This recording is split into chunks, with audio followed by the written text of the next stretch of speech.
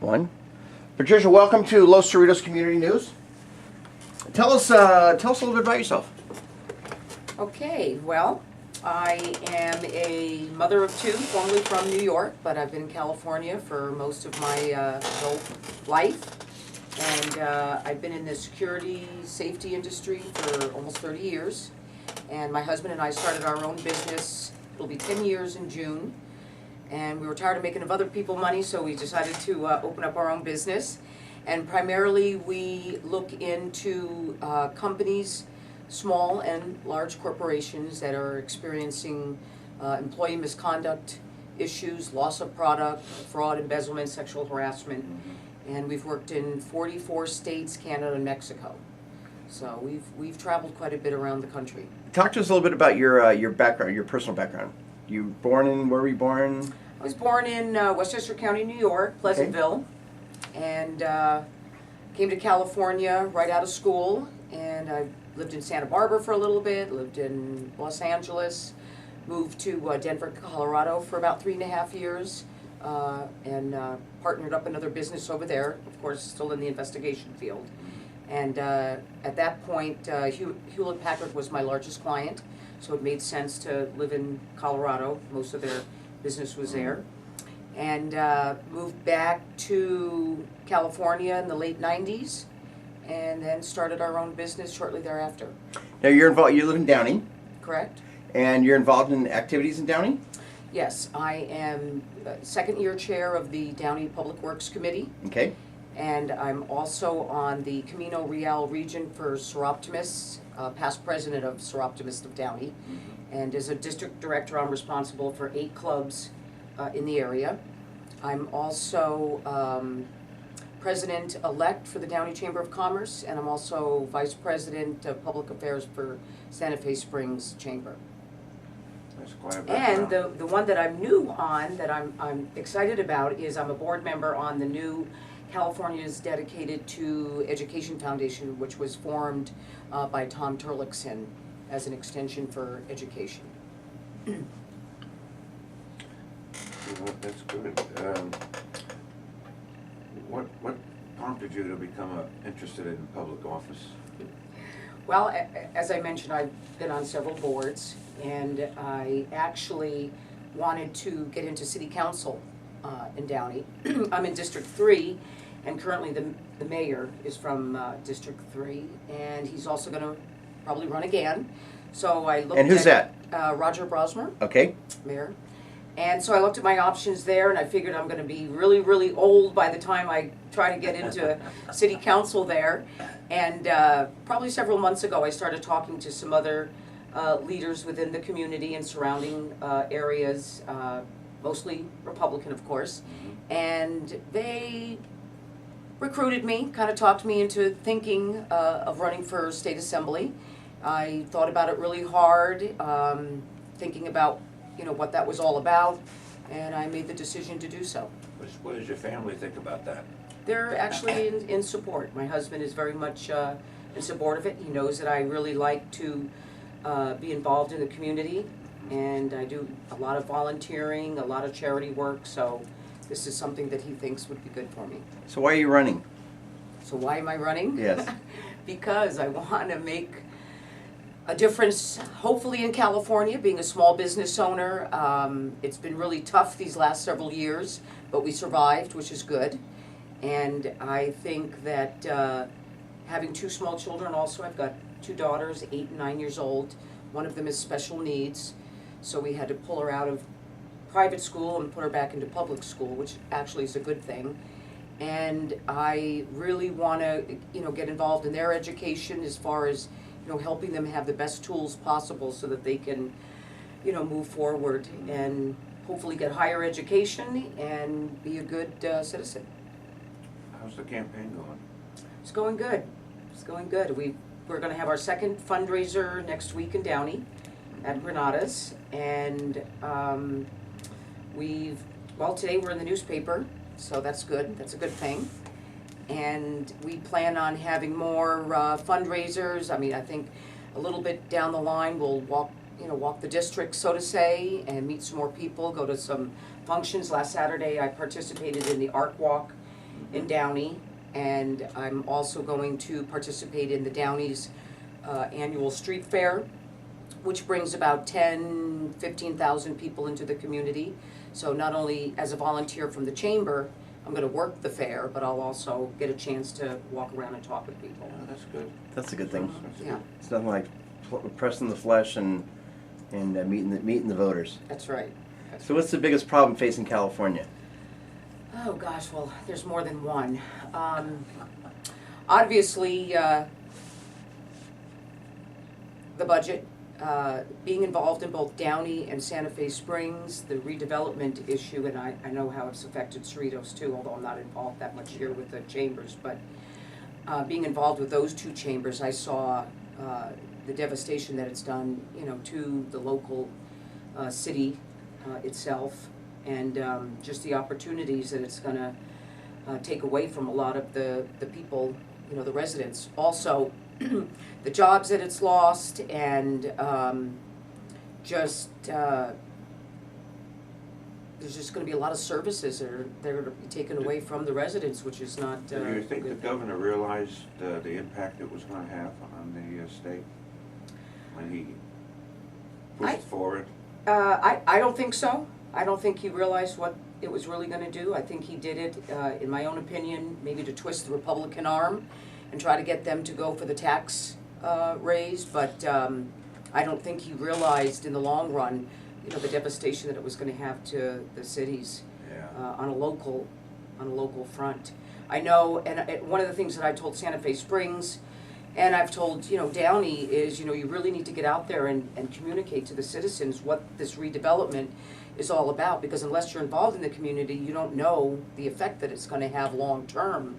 And I think, you know, with weeds and graffiti and the streets, and especially being on Public Works, in not too long of a time, it's gonna have an impact. And what he, Carol Chin, who was mayor at the time, Right, just sent out a letter to every resident, every home in the city, right, explaining the impact and what redevelopment and its demise means to the city. right.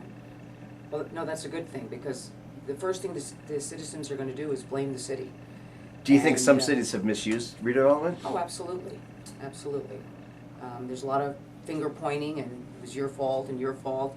And I think the ones that abused it, that's where the governor should have taken it away from, and maybe moderated it somewhat and put a time limit on it for the other cities. But to take it away altogether, really, I mean, it's gonna hurt education in the long run, and it's taken away a lot of jobs already.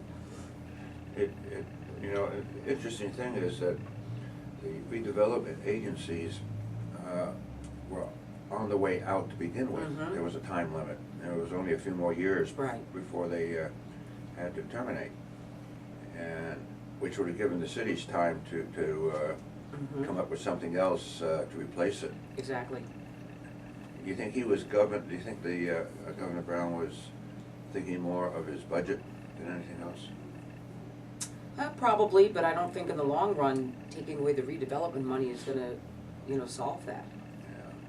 Yeah. It's not. It was maybe a quick fix, but it didn't even fix that. So I think, you know, it should have been, or they should have at least let that time limit to give them till April 15th, a little bit more time to reorganize and Yeah. think out what they were gonna do, and that didn't even happen. And I know a lot of the cities are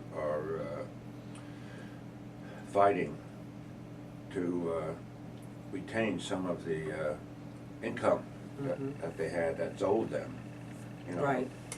from the redevelopment agencies, and that's taken up a lot of time. I think there's a lawsuit that's going on with that. I think Cerritos is in it, Downey. Yeah. a Maybe couple just other got settled, cities, yeah. What's the, you know, we have new assembly district because of the reapportionment and the redistricting. What do you think of your new assembly district? What's the biggest issue facing this particular assembly district? Well, in the 58th, not really looking at Downey or Cerritos, but some of those surrounding cities, the unemployment is very high. And, you know, in Downey, we always say that we have the surrounding cities that come into our city to shop, and that takes our retail tax up. And obviously we felt, you know, that hurt there. But it's a pretty poor district, and there's a lot of people that are out of work, and we need to somehow get those people back to work or give them some new opportunities to look outside to get employment. If you get elected, do you have any tentative programs that you'd like to see adopted by the Assembly? Or legislature? No, I don't think I can think of that right at this point. I think one of the things that needs to be done is holding, for instance, in Downey, when Mario Guerra was mayor, he held town hall meetings, and he had a specific agenda for those, but he really had them to listen to the citizens, the residents rather, and hear what they wanted to see done in the different cities. And I think that was very successful. I think he also, and not just him single-handedly, but Downey also has a very good neighborhood watch program, and really the residents are engaged in that as far as for the safety. But I think getting out there and really listening to what the people want, what their concerns are, is something that I want to do. I know that in our old district, we never saw much of the state assembly people at any events, let alone coming to ask us what our you know, issues were. So I'm a person that's been out in the public already. I'm in you know, Seroptimist and some of the other chamber functions with the small businesses. So for me to be out there is not something that I wouldn't do. This is an interesting election because for the first time the voters at large are going to all participate in the California open primary. Right. What do you think of that? Well, I think it's a good thing. However, I really wish that more people would get out there and vote for the primaries, let alone the general. Mm-hmm. And that's something that I want to try to encourage more people to register to vote and to get out there and vote. The primary is just as important, if not, well, not more important, but it's very important to move on to the general. So I think it's a good thing. And I think you're aren't you the only Republican in the race? And there's how many Democrats you're running against? Five.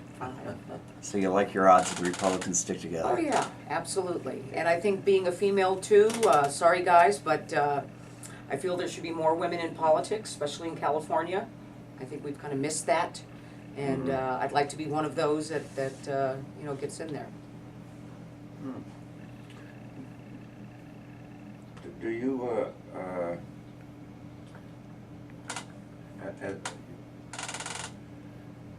what do you think is actually about the leadership in the Assembly right now? Is it effective? Is it? Can we do better? Oh, absolutely. Could be better. We can always do better. Mm-hmm. It's heavily Democratic, obviously, so I think there needs to be a little bit more balance there. Again, I think there needs to be more females involved. I think there's only 2 or 3 that are looking to run right now in the whole 80 districts. I think that with the term limits and it only being 2 years, I think that the people that are out there as career politicians, so to say, are, I mean, the first thing I think of is what are they going to do for the next 2 years? They're going to be looking for another job or a way to put themselves out there for another job. And I think that, you know, first off, I have a business, so it's not like I would have to go look for a job, but I think that they need to... Every 2 years you have to run for re-election. That's right. So you have to keep your promises, you have to do the things you say you're going to do so that you're re-elected and not necessarily look for it. One of our former Assembly people commented that when you're first elected, the first year you're learning the ropes, Right. and then just as you getting ready to do something, you're up for re-election again, Right. and then you have to spend a good part of your time on the campaign trail. Then you're, say, re-elected.